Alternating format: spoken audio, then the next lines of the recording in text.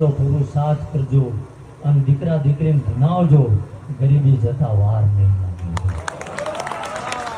અને નાનો માણસ રહ્યો ને એનું બાવળું જો મોટો માણસ ચાલ્યો ને તો વધારે સમય લાગવાનો નથી. નમસ્કાર મિત્રો, ગરીબીની પરિસ્થિતિમાં શું કરવું? મિત્રો, સુરપુરા દાદાના પૂજ્ય પૂજ્ય દાનપો બાપુ જણાવે છે કે મિત્રો ગરીબી જેવી પરિસ્થિતિ હોય, સમય ખરાબ હોય ત્યારે મિત્રો ખરેખર મિત્રો પરિશ્રમ કરવો અને મિત્રો પોતાના બાળકોને છે તે ખૂબ ઉપર ભણાવવા. કારણ કે મિત્રો ગરીબીની પરિસ્થિતિ હોય ત્યારે મિત્રો પરિશ્રમ કરવો ખૂબ જ જરૂરી છે.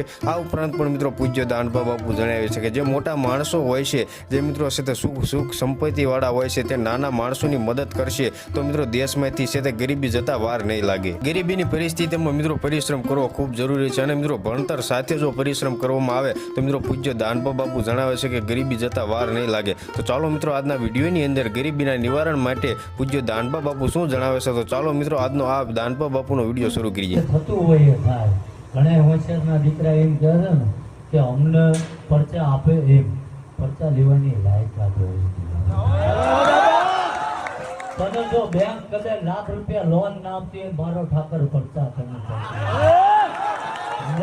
એવું મન 0-0 કરીને આય અને જો ઘર લગીને આંગળી ઝાલીને મેલવા ના આવું તો હું વિક્રમ બોલું એ બનાવી દઉં. અને આ ક્યાં ક્યારે અને હજુ તે કદાચ જે બહેનો વડીલો યુવાનો બેઠા છે ને તો એક જ અપીલ કરું છું કે અંધશ્રદ્ધામાં ના જતા થાય એટલો પુરુષાર્થ કરજો અને દીકરા દીકરીને ભણાવજો, ગરીબી જતા વાર નહીં લાગે. અને નાનો માણસ રહ્યો ને એનું બાવળું જો મોટો માણસ ચાલ્યો ને તો વધારે સમય લાગવાનો નથી.